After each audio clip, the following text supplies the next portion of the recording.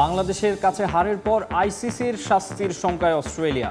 Slow over রেটের জন্য $44,000 ফাইনের সম্ভাবনা, কাটা যেতে পারে 4 চ্যাম্পিয়নশিপ পয়েন্ট।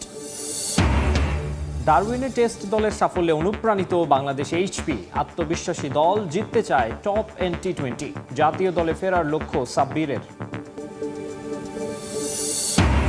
ক্রীড়া ফেডারেশনগুলোকে জবাবদিহির আওতায় আনতে ভিন্ন পরিকল্পনা মন্ত্রণালয়ের। 2 দিনে 27 অ্যাডহক কমিটির সঙ্গে বৈঠক।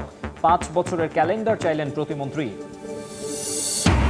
এবং মৌসুমের শুরুতেই ধাক্কা খেল প্যারিস সেন্ট জার্মেই। ফরাসি কাপের ফাইনালে লেন্সের কাছে 1-0 গোলে হারল পিএসজি। 10 জনের দলের কাছে শিরোপা খুইয়ে হতাশ প্যারিসিয়ানরা।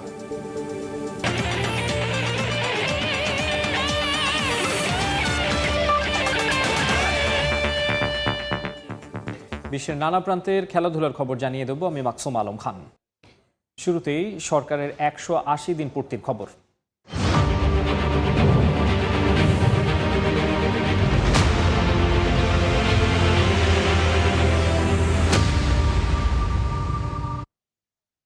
সরকারের 180 দিন পূর্তি উপলক্ষে চলছে মতবিনিময় সভা। আমরা সরাসরি যাচ্ছি সেখানে।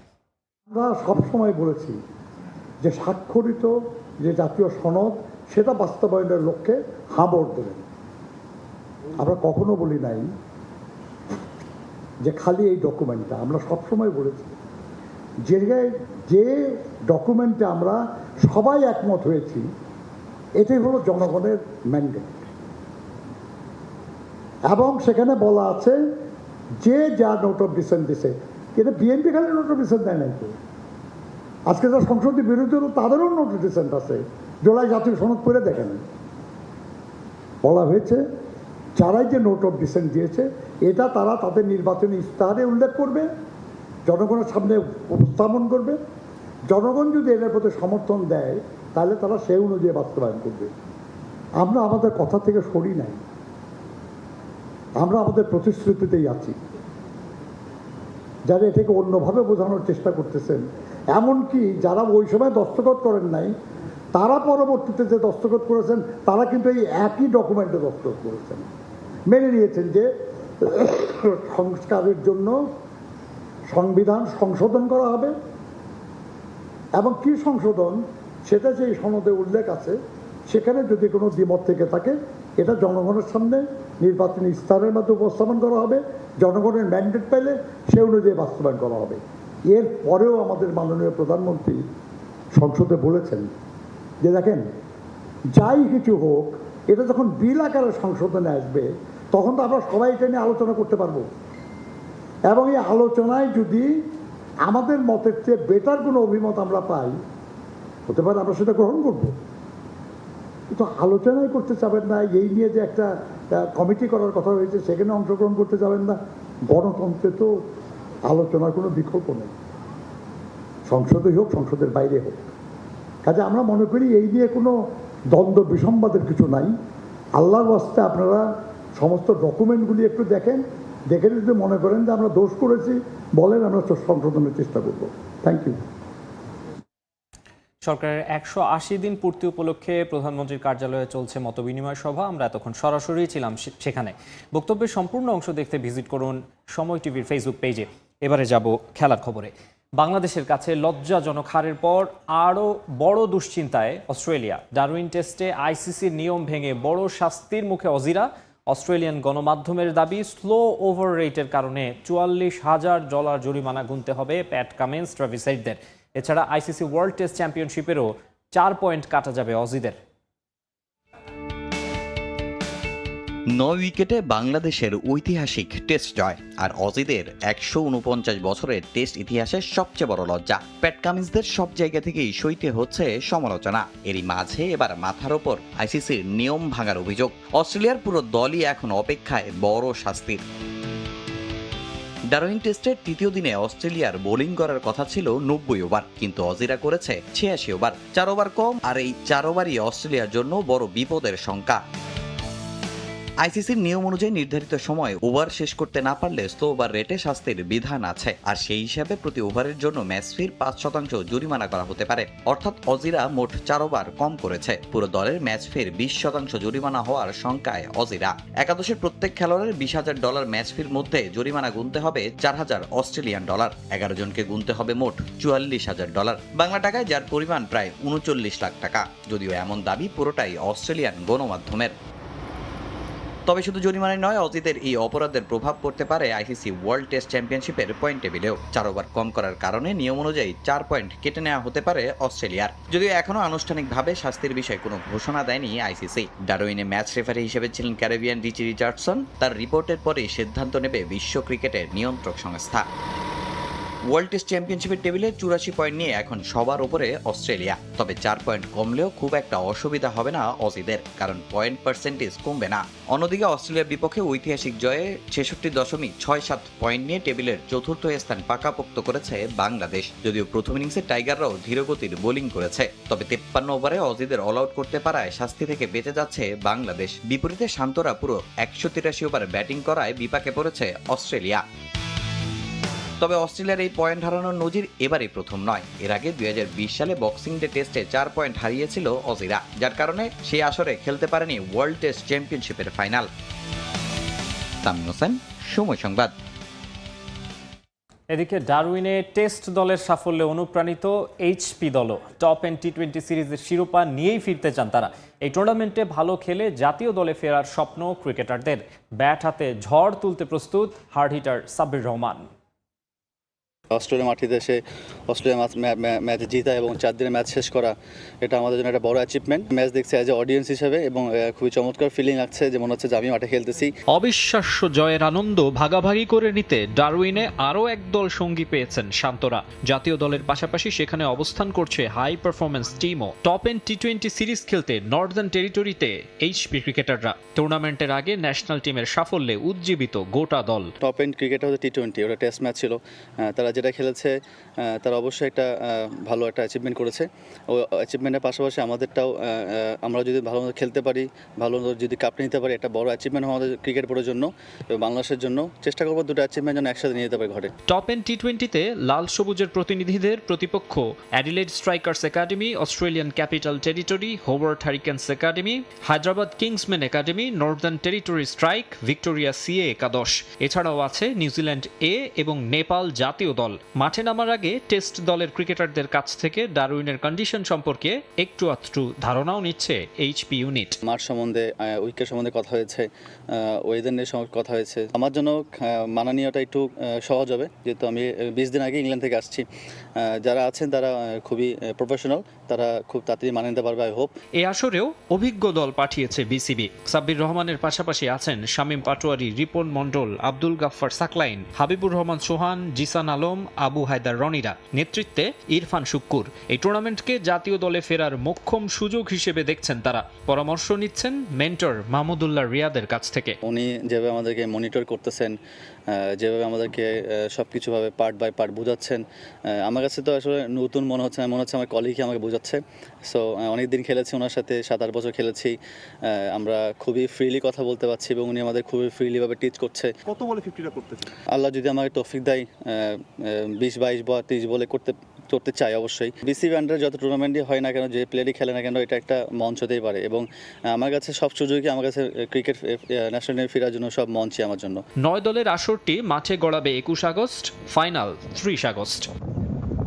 মাকসুম আলম খান, সময় সংবাদ। অস্ট্রেলিয়ার মাটিতে ঐতিহাসিক জয়ে বিশ্ব ক্রিকেটে বড় বার্তা দিয়েছে বাংলাদেশ। বিসিবি সভাপতি তামিম ইকবালের চোখে এই জয় শুধু একটা ম্যাচের সাফল্য নয়, বরং দিন দিন উন্নতি করা টাইগারদের সামর্থ্যের প্রমাণ। আর এই অর্জনই বড় দলগুলোর বিপক্ষে আরও বেশি ভালো খেলার সুযোগ তৈরি করবে বলে বিশ্বাস বিসিবি সভাপতির। টাইগারদের টেস্ট চ্যাম্পিয়নশিপ ফাইনাল খেলাও অসম্ভব নয় বলে মনে করেন তিনি। এছাড়া এমন জয়ে বড় অঙ্কের আর্থিক পুরস্কারও পাবেন শান্ত মিরাজরা। খালি একটা জয় না, এটা একটা খুব স্ট্রং মেসেজও যাচ্ছে। সেটার জন্য we are very very happy and very হাম্বল। পুরো ক্রিকেট বিশ্বেই এখন আলোচনায় বাংলাদেশ। অস্ট্রেলিয়ার মাটিতে ঐতিহাসিক টেস্ট জয়ের পর প্রশংসায় ভাসছে টাইগাররা। বিশ্বের প্রায় সব ক্রিকেট কিংবদন্তিরাই অভিনন্দন জানাচ্ছেন শান্ত বাহিনীকে। এই একটা জয় আর তাতেই বদলে গেছে বাংলাদেশ ক্রিকেট নিয়ে সবার আলোচনার ভাষা। অস্ট্রেলিয়ার মতো দলের বিপক্ষে এমন সাফল্য যে বিশ্ব ক্রিকেটে বড় বার্তা দিয়েছে, সেটাই সবচেয়ে বড় প্রাপ্তি। মনে হয় এটা ট্রিমেন্ডাস উইন, ট্রিমেন্ডাস অ্যাচিভমেন্ট। অস্ট্রেলিয়ায় যে কোনো দলের জন্য ওখানে খেলাটাও অনেক কঠিন। 23 ইয়ার্স পর যেভাবে করে ক্রিকেট খেলে বাংলাদেশ টিম জিতেছে, the credit absolutely 1000% goes to them. সভাপতির চোখে এ জয় কেবল একটা ম্যাচের ফল নয়, বাংলাদেশ যে প্রতিদিন উন্নতি করছে তারই বড় প্রমাণ। এখন স্বপ্ন হয়েছে অনেক বড়, টাইগাররা সহজ করেছে সভাপতির কাজ। 4টা টেস্ট দেশের মাটিতে আছে, 2টা টেস্ট সাউথ আফ্রিকার মাটিতে আছে, আরেকটা অস্ট্রেলিয়া সেকেন্ড টেস্ট। তো যদি যে ধরনের ক্রিকেট তারা খেলছে, এনিথিং ইজ পসিবল। আমার কাছে মোর ইম্পর্টেন্ট হলো যে ধরনের ক্রিকেট এখন ওরা তারা খেলছে আর কন্টিনিউটা করাটা is much more important. STP meeting আমার মনে হয় নেক্সট মান্থে হবে। সো এখানে যাই আমরা ইন্টারন্যাশনালি কিভাবে করে অন্য টিমগুলোকে কনভিন্স করে আরও ভালো ভালো সিরিজ নিতে পারি, এই ম্যাচটা will definitely help us to negotiate when we are negotiating with other teams. অজিদের দম্ভ চুরমার করে ডারউইনের সব সেশনে ডমিনেট করে জয় পেয়েছে বাংলাদেশ। সব ডিপার্টমেন্টে বিস্তার করেছে আধিপত্য। পুরো কৃতিত্বই তামিম দিলেন টিম ম্যানেজমেন্টকে। ভুলে যাননি স্থানীয় কোচদের অবদানের কথাও। It's not about only winning, but just to win every session. যে জিনিসটা ওনারা অর্জন করেছেন, এখানে অন্য কারো কোনো ক্রেডিট নেই। এটা absolutely team management, selectors and the players. Shaun Tait who did exceptionally well যখন চলে যান, তো এই দায়িত্বটা আমরা দিই একজন লোকাল কোচকে, তালা জুবাইরকে। And we must praise him as well, যে উনি যে লেভেলে শন টেট রেখে গিয়েছিলেন, ওই জিনিসটা উনি ধরে রেখেছেন and he is done well. এই ঐতিহাসিক সাফল্যের স্বীকৃতি হিসেবে ক্রিকেটারদের জন্য থাকছে বোনাসও। তবে বিসিবি বসের কাছে এর চেয়ে বড় পুরস্কার বিশ্ব ক্রিকেটে বাংলাদেশকে নিয়ে সবার ভাবনা বদলে যাওয়া। বোনাসের বিষয়টা এটা আমরা আমাদের মধ্যেই থাকুক ইন্টারনালি। তামিম হোসেন, সময় সংবাদ, ঢাকা। ডারউইনে 23 বছরের বঞ্চনার জবাব দিল বাংলাদেশ ক্রিকেট দল। দিনের পর দিন বাংলাদেশকে উপেক্ষা করার উত্তাপ টের পেল মাইটি অস্ট্রেলিয়া। ঘরের মাঠে অজিদের নাক উঁচু ভাব এখন কমে আসবে বলে বিশ্বাস বিসিবির প্রধান নির্বাচক হাবিবুল বাশার সুমনের। ব্যাটে বলে দারুণ 4টি দিন কাটিয়ে এবার ম্যাকাইয়ের স্বপ্নে বুধ লাল সবুজ। মাটিতে পা রেখে পারফরমেন্সের ধারাবাহিকতা ধরে রাখতে চান মেহেদী হাসান মিরাজ। 23 বছর, 2 যুগ ছুঁই ছুঁই একটা সময়। এই দীর্ঘ সময়ে অস্ট্রেলিয়াতে টেস্ট খেলতে একবারও ডাক পড়েনি বাংলাদেশের। কারণটা কখনো লুকাতেও চায়নি ক্রিকেট অস্ট্রেলিয়া। লাভহীন সিরিজ আয়োজন করতে চায়নি তারা। অবশেষে আইসিসি টেস্ট চ্যাম্পিয়নশিপের 4র্থ চক্রে এসে ডাক পড়ে টাইগারদের, আর সেখানেই বাজিমা। ডারউইনে 4 দিনের প্রতিটা মুহূর্তে 3 বিভাগেই নিজেদের নাম লিখে গেছেন টাইগার ক্রিকেটাররা। ব্যাটাররা রান পেয়েছেন, পেসাররা উইকেট নিয়েছেন, শেষ ভাগে স্পিনাররাও ঝলক দেখিয়েছেন। সঙ্গে গ্যালারিও ছিল ফুল হাউস। খোদ অস্ট্রেলিয়ানরাও যেন বুঝে গিয়েছিলেন ইতিহাসের অংশ হতে যাচ্ছেন তারা। শান্ত লিটনদের এই পারফরমেন্সকে অস্ট্রেলিয়ার জন্য একটা স্টেটমেন্ট বলে মনে করেন বিসিবির প্রধান নির্বাচক। শত অবহেলার মোক্ষম জবাব। অস্ট্রেলিয়ানরা আমাদেরকে আবার ইনভাইট করবে কি করবে না সেটা আমি জানি না, বাট বাংলাদেশ ক্রিকেট তাদের স্টেটমেন্টটা দিয়ে গেল যে উই আর নট, আগের বাংলাদেশ আমরা না, এখন আমরা জিততে জানি, আমরা তোমাদের হারাতেও পারি। এই টেস্টের পরতে পরতে জড়িয়ে ভিন্ন ভিন্ন গল্প। ফ্র্যাঞ্চাইজি ক্রিকেট না খেলে তাসকিন নিজেকে তৈরি রেখেছিলেন এই সিরিজের জন্য। হাসান মিরাজরা এলপিএল রেখে ফিরে এসেছিলেন দলের ডাকে। সন্তান সম্ভবা স্ত্রীকে রেখে ক্যাম্পে যোগ দিয়েছিলেন এবাদত। কিন্তু এত কিছুর মাঝেও একজনের ছিল দেখিয়ে দেয়ার জেদ, তানজিদ তামিম। রঙিন পোশাকের ক্রিকেটারকে তাড়াহুড়া করে লাল বলের ক্রিকেটে নিয়ে আসার সমালোচনা ছিল সুমনের দিকে, কিন্তু একটা ইনিংস জবাব দিল অনেক প্রশ্নের। আমি জানিও টেস্ট ম্যাচ লাল বলে ভালো করবে, আমি জানি, আমার বিশ্বাস ছিল। আমি ওরা খেলার আগে দেখেছি, খেলার ধরনটা আমি জানি, আমি কনফিডেন্স 100% কনফিডেন্স ছিলাম ও লাল বলেও ভালো করবে। রিলিফ এই জন্য বলছি যে ও যদি ভালো না করতো তাহলে ও কিনা অনেক কথা হতো। আমি সেই কথা শুনতে কোনো সমস্যা নেই, বাট এটা ওর ব্যাটিং এফেক্ট করতো। চারদিকে যখন জয়ের উৎসব, মিরাজ তখন নিজের পা রাখছেন মাটিতে। এইটুকুতেই সন্তুষ্টি কুড়াতে চান না তিনি, কারণ স্বপ্নটা এখন আরো বড়। যেহেতু আমরা ফার্স্ট ম্যাচ জিতেছি, আমাদের জন্য আরো বেশি চ্যালেঞ্জ সামনে অপেক্ষা করছে। এটা এতটা ইজি না টেস্ট ম্যাচ জেতা।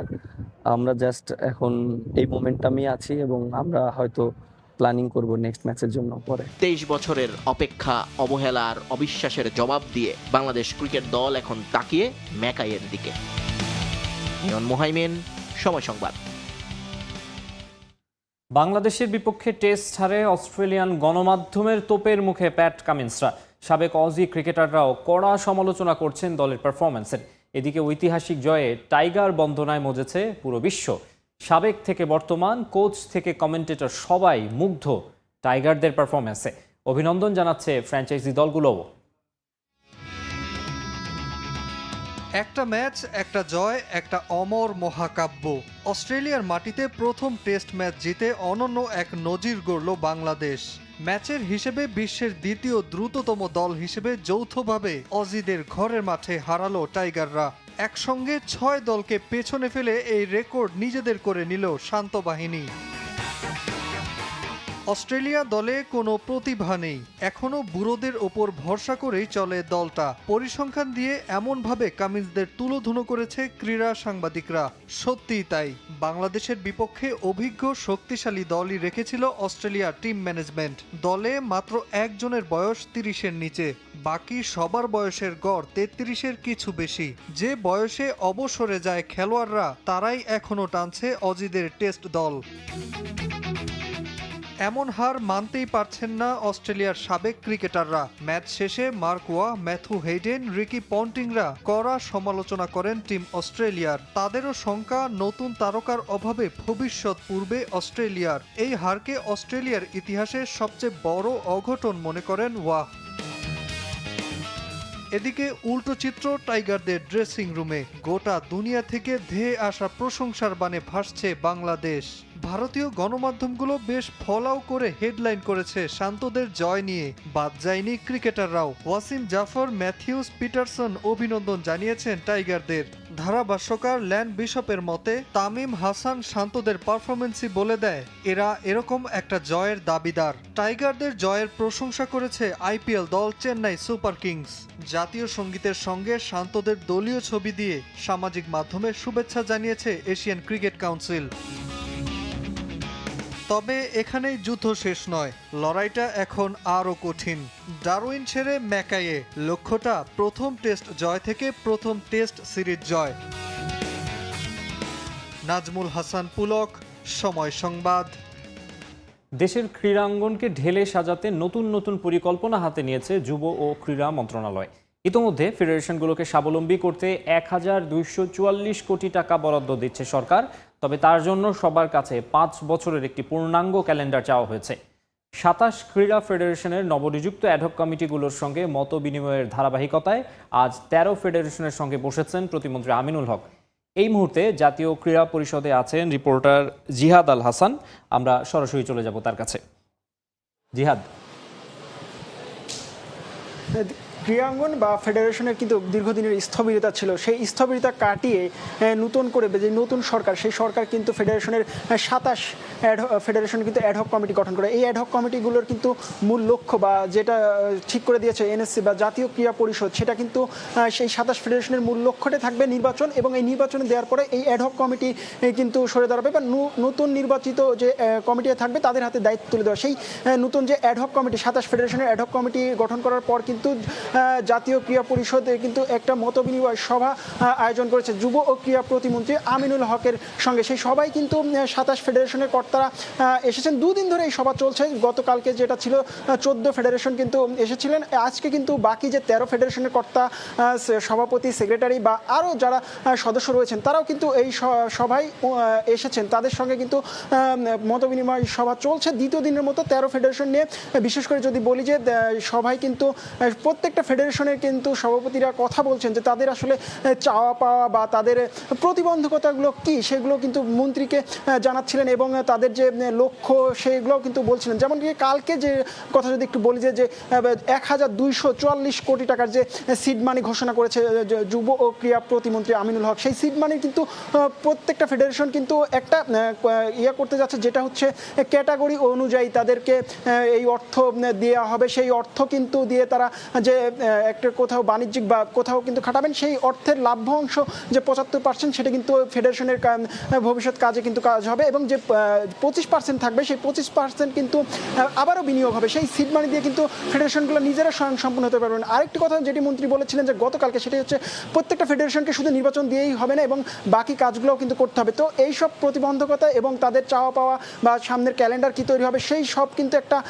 তাদেরকে মতের যে প্রকাশের সেই স্বাধীনতাটা দিয়েছে এবং সেই প্রকাশ কিন্তু শুনছেন মন্ত্রী। এই ছিল আমার কাছে সবশেষ দ্বিতীয় দিনের মতো। ফেডারেশনগুলোর সঙ্গে ক্রীড়া প্রতিমন্ত্রীর মত বিনিময় সভার বিস্তারিত জানাতে জাতীয় ক্রীড়া পরিষদ থেকে যুক্ত হয়েছিলেন রিপোর্টার জিহাদ আল হাসান। খেলা সময় আরও থাকছে।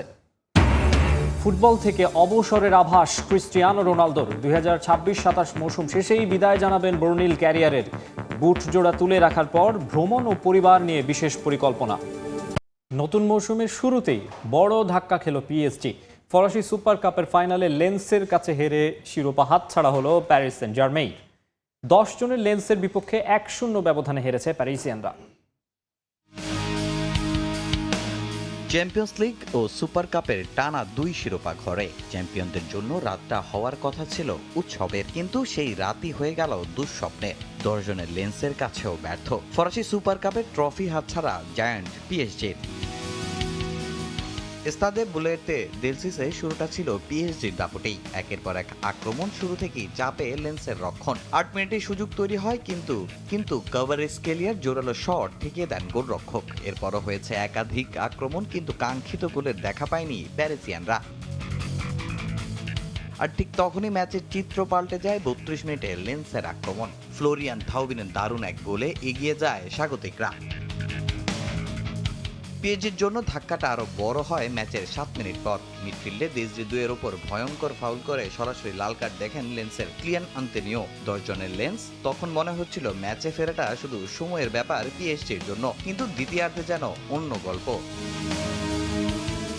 একদিকে ওসমান দেমবেলে, নুনো মেন্দিস, বিতিনিয়া একের পর এক মাঠে নামেন পিএসজি তারকারা, চালায় আক্রমণের পর আক্রমণ। কিন্তু গোলরক্ষক রবিন রিয়াসের দুর্দান্ত প্রতিরোধে বারবার হতাশ প্যারিস। 55 মিনিটে বিতিনিয়ার সামনে দারুণ সুযোগ, কিন্তু দূরপাল্লার শট লক্ষ্যভ্রষ্ট হয়। এরপর নুনো মেন্দিস ও দেমবেলের প্রচেষ্টাও আটকে দেন রসার। 76 মিনিটে অবশেষে গোলের দেখা পেয়েছিল পিএসজি। দেশজি দুয়ের পাস থেকে ফাবিয়ান রুইজ বল জালে জড়ালেও অফসাইডের কারণে বাতিল হয় সেই গোল। শেষ দিকে সমতায় ফিরতে মরিয়া পিএসজি, কিন্তু পরিস্থিতি আরো কঠিন হয়ে যায়। 87 মিনিটে লাল কার্ড দেখেন নুনো মেন্দিসও। লেন্স পিএসজি দুদলই 10 জনে পরিণত হয়, তবুও শেষ মুহূর্ত পর্যন্ত লড়াই চালিয়ে যায় প্যারিসের দলটি। আশরাফ হাকিমের শট, দুয়ের আক্রমণ কিছুতেই কাজ হয়নি। শেষ বাঁশি বাজতে উল্লাস লেন্সের, হতাশ পিএসজি। ইউরোপের সেরা হওয়ার কয়েকদিন পরই ফরাসি সুপার কাপে বড় অঘটনের শিকার পিএসজি। চ্যাম্পিয়নদের আটকে দিয়ে নতুন মৌসুমের শুরুতেই বড় বার্তা দিল লেন্স। তামিম হোসেন, সময় সংবাদ। ম্যানচেস্টার সিটি ছেড়ে বার্সেলোনায় পাড়ি জমাচ্ছেন Spanish midfielder Rodri. 65 million pound বা প্রায় 1010 কোটি টাকার চুক্তিতে 2 ক্লাব নীতিগতভাবে সম্মত হয়েছে বলে নিশ্চিত করেছে বিবিসি। কাতালান ক্লাবটির সঙ্গে 4 বছরের চুক্তি সই করতে যাচ্ছেন 30 বছর বয়সী এই গোল্ডেন বল জয়ী তারকা।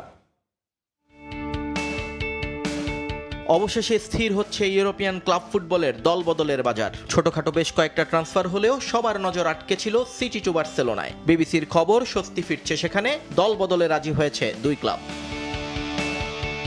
যে কোনো অধ্যায়েরই একটা শেষ থাকে, কিন্তু এতিহাদ স্টেডিয়ামে রদ্রি যে ট্রফি আর অর্জনের অধ্যায়ে লিখে যাচ্ছেন, তা ইংলিশ প্রিমিয়ার লিগ ইতিহাসে লেখা থাকবে রূপকথার মতো। 2019 সালে অ্যাথলেটিকো মাদ্রিদ থেকে ক্লাব রেকর্ড ফিতে ম্যান সিটিতে এসেছিলেন তিনি। 7 বছরের সেই সম্পর্ক এবার চূড়ান্তভাবে চুকিয়ে ফেলার পালা। ম্যানচেস্টার সিটির আকাশী নীল পোশাক ছেড়ে রদ্রি যোগ দেবেন বার্সেলোনার নীল বেগুনি তাঁবুতে। দলবদলের এই খবর অবশ্য হুট করে আসেনি। ম্যানচেস্টার সিটির সঙ্গে চুক্তির শেষ বছরে পা রাখা রদ্রিকে ভেড়াতে প্রথমে 38.5 মিলিয়ন পাউন্ডের প্রস্তাব দিয়েছিল বার্সেলোনা। সিটির প্রত্যাখ্যানের লড়াইয়ে দৌড় শুরু করেছিল রিয়াল মাদ্রিদ, তবে জল ঘোলা হতে দেয়নি বার্সেলোনা। অফারের অঙ্ক বাড়িয়ে 65 মিলিয়নে ঠেকিয়েই বাজিমাত করল কাতালোনিয়ানরা।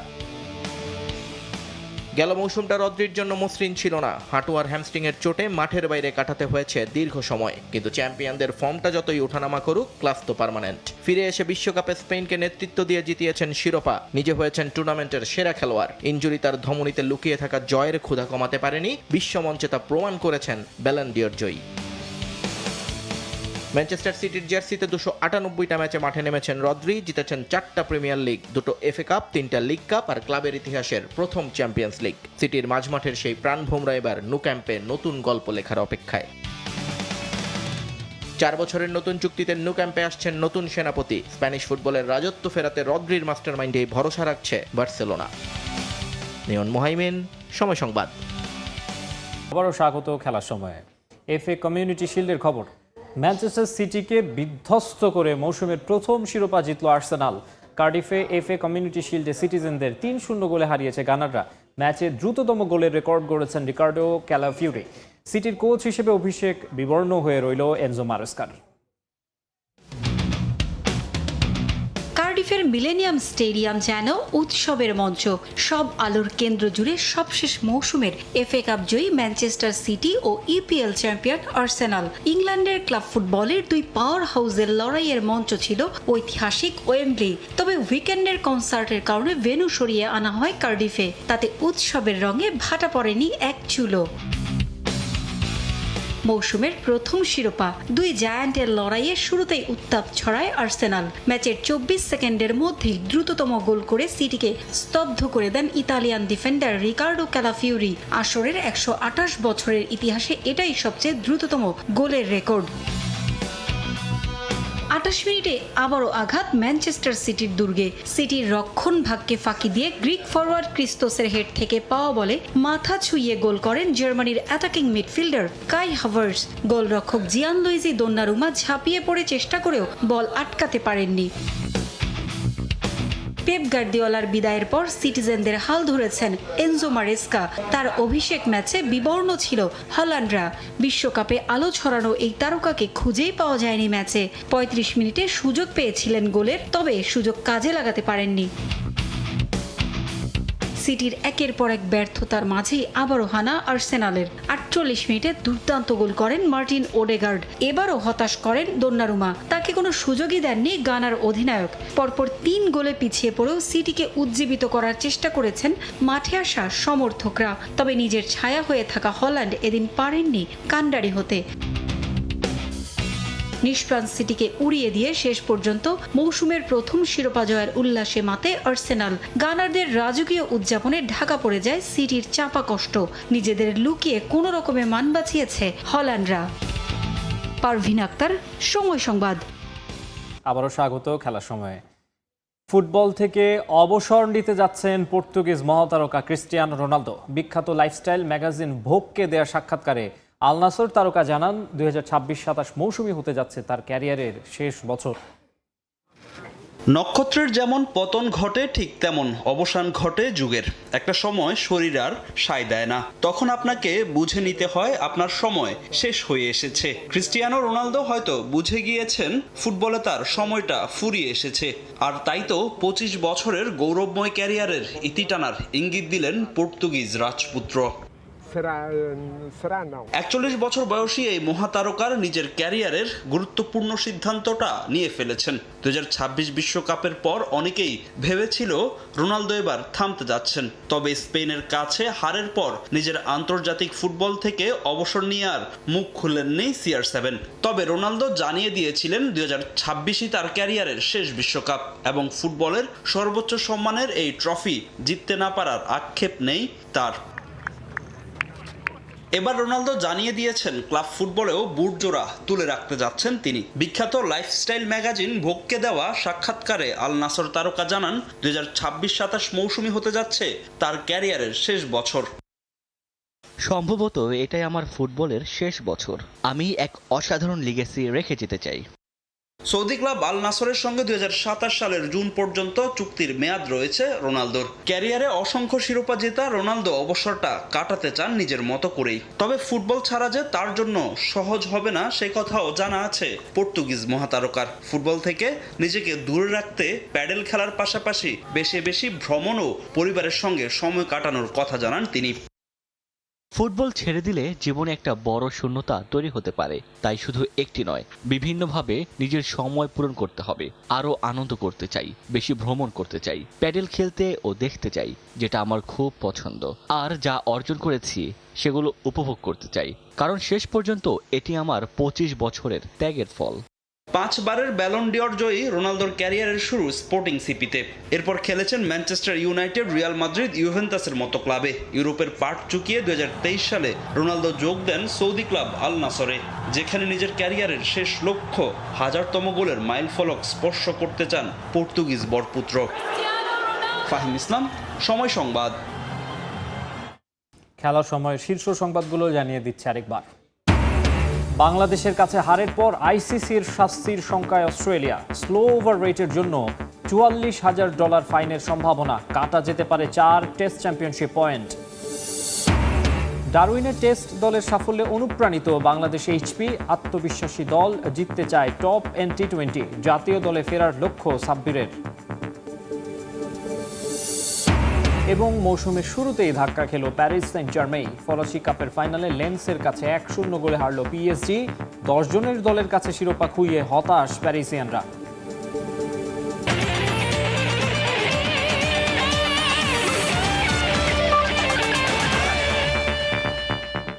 এই ছিল খেলার সময়ের এখনকার আয়োজনে। এরপর দেখবেন দুপুরের সময়। চলে যাচ্ছি তোহা খান তামিমের কাছে।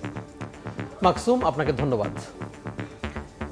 দুপুরের সময় নিয়ে আসছি কিছুক্ষণ পর, সঙ্গে থাকুন সময়ের।